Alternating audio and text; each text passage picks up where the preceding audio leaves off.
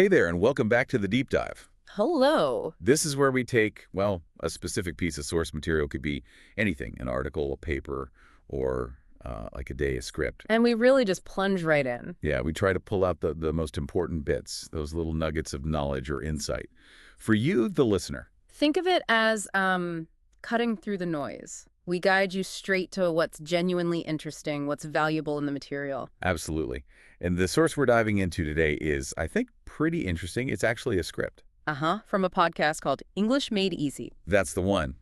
Specifically, we're looking at their episode 10. Right. The title is Emotions and Feelings in English Talk About Happy, Sad, and More. And just for context, this script was from Alex and Bree, broadcast Saturday, May 24, 2025. What time was it? 03:47 p.m. IST. So yeah, we're kind of doing a bit of analysis on the specific teaching moment from the past. And the topic itself is, well, it's right there in the title, isn't it? Pretty much. It's all about teaching listeners the essential English words, the phrases you need to talk about feelings, emotions.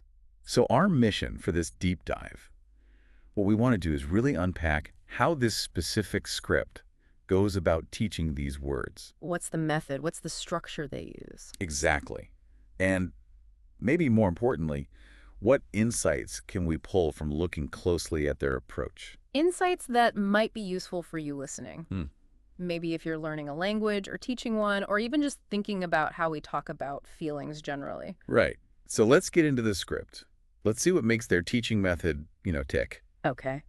Okay, so the script kicks off pretty standard for a podcast, right? Upbeat intro, welcome, introduces the host. Usual start. But they state the goal really clearly, right away. You'll learn to talk about feelings. And they throw in that little challenge, too. By the end, you should be able to say how you feel right now. Yeah, that's quite a good hook, isn't it? It really is. It tells you the practical point, the outcome, and makes it immediately relevant to you. Sets the stage well. And then the script basically moves straight into the main teaching part. Yes. And what strikes me immediately, structurally, is how clear and manageable they make it. How so? Well, they announce up front they're covering 7 key emotions. Right. Not a huge, overwhelming list. Just 7. Exactly. A specific kind of digestible number, and they promise to explain each one, give examples. And they add that bit about extra details to make them stick. Yeah, which sounds like a solid teaching pattern, tried and true. Definitely. So let's look at how they actually handle a couple of these emotions. They start with happy, right? Defined simply. Feeling good inside, life is smiling at you, basic stuff. And the examples are kept really simple, too, like, I am happy today because it's sunny outside. Or, she is happy because her best friend called her. Very clear. And that extra detail for happy, what was it? Oh, yeah. They mention you can use happy for big achievements or just small, everyday joys. Which subtly broadens its use, doesn't it? It does. Then they move to sad, presented as the opposite of happy, feeling low. Examples like, she is sad because her dog is sick, or I feel sad when I miss my family. Again, very relatable. And here, they add a nice little cultural note, didn't they? Oh, yeah. Remind me. They mentioned it's normal to feel sad and that just saying, I'm a little sad today, is, a common and understood phrase in English. Ah, right. That's more than just vocabulary. That's about usage, how people actually talk. Exactly. It touches on the interpersonal side. So they continue this pattern through the list. Tired is next. Yep. No energy, want to rest, linked to physical feelings like after work or staying up late. Then excited, they present this one with a bit more energy, like a buzzing energy for something awesome. Anticipating things, big or small. And I liked that specific example they used. Which one? I get excited just thinking about pizza night. Huh? Yeah, that's very relatable. Makes the abstract feeling concrete. Totally.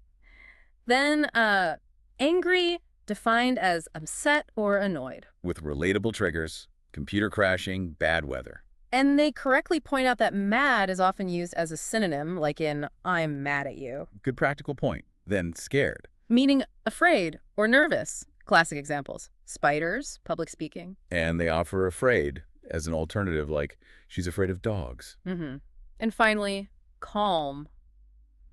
Peaceful, relaxed, at ease. They contrast it with angry or scared, painting a picture. Sitting by the ocean. Or managing to stay calm even when things are crazy. So looking at this whole core section, the main insight from its structure seems to be that consistent pattern. Yeah, predictable. Name the word, simple definition, clear examples. And then that little extra note on nuance or common usage, It's like building blocks. It is, and for someone learning a language, that predictability is, well, it's gold. How so? It lets you anticipate how the info for the next word will come. Reduces the mental effort, Yeah. Helps it stick. So it's not just what they teach, but how they package it up. Precisely. Okay, so they've laid out the words, given the examples. What does the script do next? Where do they go from there? Well, this is where it gets quite interesting, I think. They immediately move to putting these words into context. How? Through a mini dialogue. Because, learning lists is one thing. But hearing them used in conversation is totally different. Absolutely crucial for actually using the language. And they frame it simply, just as a quick chat between the two hosts. Yeah, catching up. And it's surprisingly efficient, actually. They manage to fit most of the 7 words in pretty naturally, don't they? They really do. Things like, I'm so happy, I'm excited for you. I'm a little sad, though. I'm also tired. I'm excited for the weekend. Just don't get angry now, stay calm. Are you scared of anything? It flows quite well. It's simple, yeah, but it shows the words in action, how they fit into just like everyday chat. That's a really powerful step, moving from just learning the word passively to seeing it used actively. And the script doesn't just leave it at showing them. No, definitely not. It moves straight into an active practice section. Right, shifting the focus onto the listener, making them participate. This is where they really try to make the learning concrete, solidify it. They give specific prompts like, how do you feel when it's your birthday? And they actually tell you, the listener, to pause the audio and answer out loud. Or challenging ones like, how do you feel when you see a big spider? And even giving options, like, I am scared, or maybe, if you hate spiders, I am angry. Oh, right. Or, how do you feel after a long day? Leading to, I am tired. Or perhaps, I am calm. It's not just a test, is it? It's guiding you to actually produce the language yourself.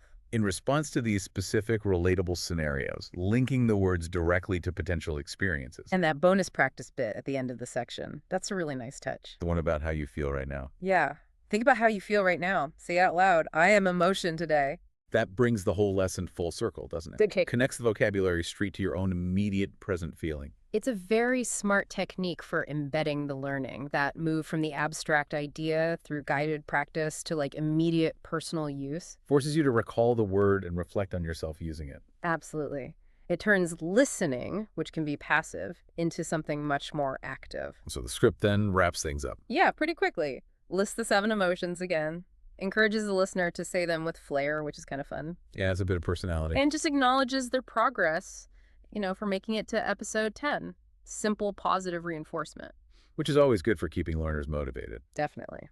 Okay, so looking back at this whole script, the clear intro, the structured lesson, the dialogue demo, the practice, what's the core insight here about effective learning? I think, for me, the main takeaway is the power of that layered structure and engagement. Layered how? Well, it breaks down the info, just 7 words. Provides consistent context, definitions, examples, shows it in action, the dialogue, and then demands active participation, the practice prompts, the self-reflection. So it's a journey, really, from understanding the word to actually being able to use it. Exactly. It's a model that moves from just knowing to doing, from understanding to usability. So this script, even though it seems pretty straightforward on the surface, it actually demonstrates a really solid blueprint for teaching fundamental concepts well, especially language. It suggests that good teaching, even just through audio, needs more than just, listing facts. Right. It needs to guide the learner through seeing it, hearing it, understanding the context, and crucially, actually trying it out themselves. Active output is key. Okay, so we've done our deep dive into this specific script from English Made Easy. We've sort of picked apart its structure. Yeah. The clear intro, setting the goal, the systematic breakdown of those 7 emotions, definition, example, extra detail. The practical demonstration in that mini dialogue. And then that guided practice moving towards personal application. And understanding how they built that structure, well, that can be really valuable for you listening. How so? It might give you ideas for how you approach learning new things yourself. Maybe looking for those same elements. Definition, examples, context, practice. Or maybe if you ever need to explain something complicated to someone else. Exactly. That pattern, break it down, show it used, get them to try it. It's a powerful teaching approach in general. It definitely shows the thought that went into creating a genuinely helpful learning experience, not just a list of words.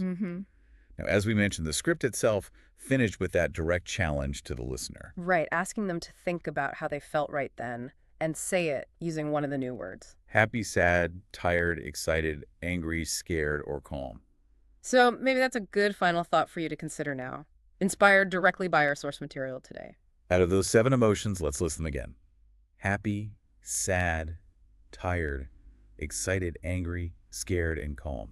Which one best describes how you are genuinely feeling at this very moment? Just take a second. Check in with yourself. How do you feel right now? Okay. Well, thank you for joining us on this deep dive today. Yeah, we really hope digging into this source script gave you some useful insights, maybe into language learning or teaching or just communication. And if you found this exploration valuable, we'd really appreciate it if you'd consider rating, reviewing, and subscribing. It genuinely helps other curious people find the show and join our deep dives. So, until the next one. See you then.